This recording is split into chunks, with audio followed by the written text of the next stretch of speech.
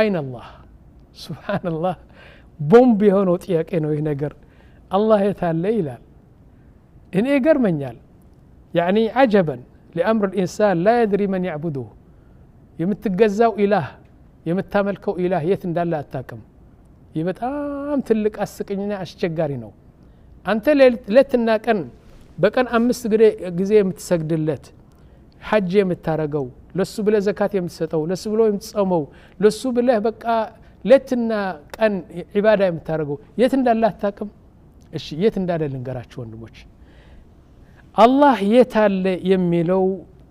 የእስላሞች ህዝብ በሶስት ነው የተከፈሉ ሶስት ቡድን ናቸው አንደኛው ቡድን አላሁ في كل مكان ይላሉ አላህ በሁሉ ቦታ ነው ያለው አሉ ሁለተኛው ቡድን አላሁ موجود بلا مكان አላህ ቦታ የለውም ምንም አይነት ለሱ የሚሆን ቦታ ስለሌለ ቦታ የለውም አሉ ሶስተኛው አላህ በሰማይ ነው ያለው አሉ ልድገማቸው አንደኛው ቡድን ምን አሉ አላህ موجود في كل مكان በሁሉ ቦታ አላህ አለ ይላሉ ሁለተኛ ደግሞ አላህ መካን የለውም ቦታ የለውም ሶስተኛ ደግሞ አላህ በሰማይ ነው ያለው ያሉ እሺ ከነዚህ ሶስት ትክክለኛው ምንድነው ከኔ አይደለም የምትሰሙት ከቁርአንና ከሱናና ከዑለማዎቹ ስሙት እሺ ኦኬ لو قلنا الله في كل مكان الله بهل بوتا አለ ብለን ከወሰንን يعني في الحمام الله بسغرا ቤት አለ اعوذ بالله من الشيطان الرجيم سبحانك ربي سبحانك እንዴት በኩሉ መካን እኮ ነው ያልከው ሐማሙ ወይም ደግሞ ሰገራ ቤቱ ቦታ አይደለም አንተ አላህ በሁሉ ቦታ አለ ነው ያልከው ስለዚህ በሽንት ቤት አለ ማለት ነው አንድ ጉንዳን ወይ ስርሳር አምጣና በሆዱ አለ ማለት ነው እሱ መካን ነው እሺ ይህ ቆሻሻ የሚጣልበት ቦታ አለ አይደለም አላህ እዛ አለ ማለት ነው እሱ ቦታ ነው نعم سبحان الله عما يصفون ይህን የሚሉ ሰዎች እውነት ነው ጭንቅላታቸው ምን እንደሆነ አላቅም አላህ በሁሉ መካን አለ በራሴ አለ በዚህ ጣውላ አለ አው በዚህ ሩም አለ እንዴት እንደዚህ ትላለ ይህ ለአላህ የማይበቃ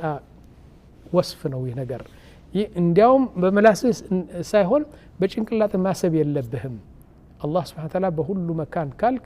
በሙሉ ይችና ዱንያና ሰማይ ሁሉ መካን ነው የሚባለው ስለዚህ አላህ Subhanahu Wa Ta'ala በማይቀመጠው ነገር አስቀመጥከው ቶባ ማለት አለብን ለዚህ እሺ ሁለተኛው ነገር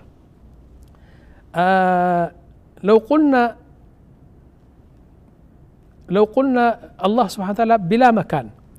ሁለተኛው ቡድን ይላሉ አላህ ቦታ የለውም ምንም ነገር ቦታ የለውም አላህ Subhanahu Wa Ta'ala ይህ ደግሞ እስኪ ብሬክ ዳውን እናድርገው እስቲ ምንድነው ለምሳሌ በዚህ ዓለም በሰማይ በመሬት ያሉ አቅጣጫዎች 6 ናቸው ሰባተኛ የላቸው ቀኝ ግራ ፊት ኋላ ላይ ታች ሰባተኛ አለ ሌላ የለም ፈለገውን ፍልስፋ ቢሰበሰቡን የዓለም አቅጣጫ 6 ናቸው በቀኝ የለም አላችሁ ምክንያቱም ቦታ የለው አይደለም ያላችሁት በቀኝ የለም አላህ Subhanahu Wa Ta'ala በግራስ የለም በፊትም የለም በስተጀርባም የለም በፎቅ የለም በታች የለም ኢደን የለም አላህ Subhanahu Wa Ta'ala ኢኳልስቱ የለም ይህ ደግሞ የባሰ ነው አላህ አለ ግን እናንተ የለም ትላላችሁ በሰማይ ብትወጣ በመሬት ብትወጣ በምን ብትወጣ አቅጣጫው 6 ናቸው ስለዚህ በእነዚህ 6 የለም ማለት የለም ከነጭራሱ ማለት ነው هكذا قال العلماء